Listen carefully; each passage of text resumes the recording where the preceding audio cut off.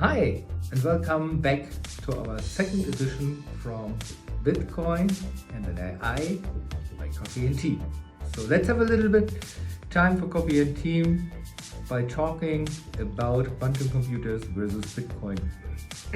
If you have seen the news today about quantum computer or the last days, Google announced the Willow system has reached 100 qubits per second, means it is very fast, and announced that this computer had outperformed any supercomputer in the world by solving a mathematically problem in a couple of minutes, where normal computer and supercomputers need thousands of years and more. So that was a breakthrough for everyone outside there who is believing that computer will rule the world by power. But what does it mean for Bitcoin? Since the beginning of Bitcoin, everyone is talking about that one day a quantum computer will be able to crack down the Bitcoin network and steal your private keys, means stealing your money, because the private key is your Bitcoin. Yep. For those new in Bitcoin and watching this episode for the first time, there are no physical Bitcoins on the network or something like that. Every transaction you made is based on a voucher similar system. So the private key you get once you have opened the wallet is also the amount of your Bitcoins. This key will be updated when you send Bitcoins and receive Bitcoins, and has also the knowledge about the actual amount of Bitcoins you can access. If you write down that key to a paper and then you sell the paper to another guy, you can use it like cash, because the other guy can type in the number from the paper into his wallet and get all the Bitcoins you formerly own. So the private key is necessary when you want to make a transaction, because it is your signature. Yeah. Every time you make a transaction, a signature is created out of the private key, and so you prove the other side that you are the sender. So no one has to build trust. It's a proved system. On the other hand, this guy who receives the Bitcoins has a public key. Think about a mailbox where you have a key for your mailbox inside the house, and the post delivery boy has a key for your mailbox from outside the house. So he has a public key, he can open the box and put something in there, and you have the private key because you are the only one who can access this mailbox and get the mail out of that, which no other can do. So in Wi-Fi networks, if you send something, data to your computer, for example, it's the same. You have a key pair, and the moment the data reach your computer, this public key is checking whether the informations come from your Wi-Fi network. It's called handshake. So everything in crypto world works similar. We have a private key and a public key. So therefore, the public key was created from the private key. And now people say, okay, if a supercomputer like a quantum computer can recalculate, say, re-engineering a public key, he will figuring out, maybe via brute force attack, which private key has created the public key. So then you got the number of the private key, and you can access all the Bitcoins of this private key. You can check how many Bitcoins on the private key by typing it in a block explorer. So you can steal Bitcoins. Is that possible? Most of the news said, yeah, it's possible with a quantum computer to take down the Bitcoin network public addresses and misuse it. A few explain that they said a quantum computer with 100 qubits is very fast, but not fast enough for the security, because Bitcoin is secured by a cryptographic system called SHA-256. It's an encoding in 256 bits, and they say you need a quantum computer with millions of qubits to hack that, otherwise it's impossible.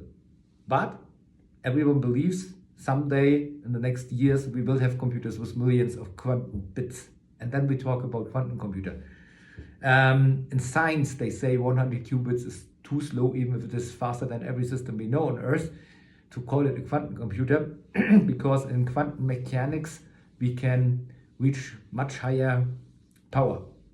So they started to talk about quantum computing when we reach 100,000 qubits per second. Another thing is, if you want to store what the quantum computer has produced, the system is unstable. And that means in the moment they store their data they have created or their results they have created, they produce an error code. And this is the main problem of quantum computers actually. Nevertheless, Google announced that his system Willow has found a way to reduce these error quotation to a minimum. And this is another breakthrough. So, why can't you break down Bitcoin network or hack the Bitcoin network or hack the public addresses with a quantum computer? When Satoshi Nakamoto and his family finally worked on the Bitcoin itself and the security measurements, they have been in mind that computer systems will grow and get faster and faster and faster. Everyone knows that. When you come from the beginning of the home computer scene with the C64, it's a lame duck compared to a MacBook today, okay? So you see technology inventions are going on, moving on, and this is nothing new in the times when Bitcoin have been created. So everyone was afraid that one day a system can recode the public key or re-engineering the whole system or something like that. So they come to an idea or two ideas which protect the network in a very, very convenient way. The first thing is that the public address you send money to is not a public address. Yeah, you heard right, it is not a public address. The reality is that you have a Bitcoin address. So, and here's how it works. You send some funds to this Bitcoin address. The Bitcoin address takes part of the signature and creates out of the signature and the Bitcoin address the public key, which is then stored in the protocol and the code of Bitcoin in a separated Merkle tree. Yeah, something like that. It's a list where all the public keys is, but they are inside the system, not visible for anyone as long you can't hack the system itself and get all the information out of that. Yeah, and this had not happened since 14 years. Okay, so you can't see the public key because it's created only in the moment when a transaction reached the Bitcoin address. And still on, you send Bitcoins to the Bitcoin address already existing, and then it's delivered to the public key behind. So no one can see that, and if a quantum computer owner thinks that the Bitcoin address is the public address, and most of the people, 95% out of the community in Bitcoin space, think that the public key and Bitcoin address is the same, you never will find a private key and you can't steal money. That's the first improvement. The second improvement was made to secure the network in a way that no one can hack into the network security, because also the network security is protected by cryptographic. So the main thing is, if you want to do updates on Bitcoin, so if Peter Woolley or people from Bitcoin developer teams try to make updates, they have only a time window, a short time window after 10 minutes. Because if you know a little bit more about Bitcoins, it says that the block is created in 10 minutes and transactions are confirmed in a time averagely in 10 minutes. Only in the time when Bitcoin system will be reset to the beginning, you have a small window where you can enter the system and can make changes. For example, even if we want to do a hard fork or something like that in the Bitcoin soft fork, we have to do it in the time where the system is open after 10 minutes. And this time is very short. So when you do a brute force attack, the quantum computer can go in there has not enough time to calculate all the things he needs, and then he was thrown out of the system, and the IP and everything is blocked. So a hacker has a hard day, yeah, and it is impossible to get into that because the computer must be slowed down to the 10-minute system. So if you have to slow down a supercomputer to a time frame window, it doesn't make sense to have a supercomputer, because he can't fulfill his necessaries in that time. It is impossible, because think about a quantum computer with 10 million qubits. You think about, you have to multiply that 4 times. He can do 400 million hashes a second. That's not enough in this little window to find the right key.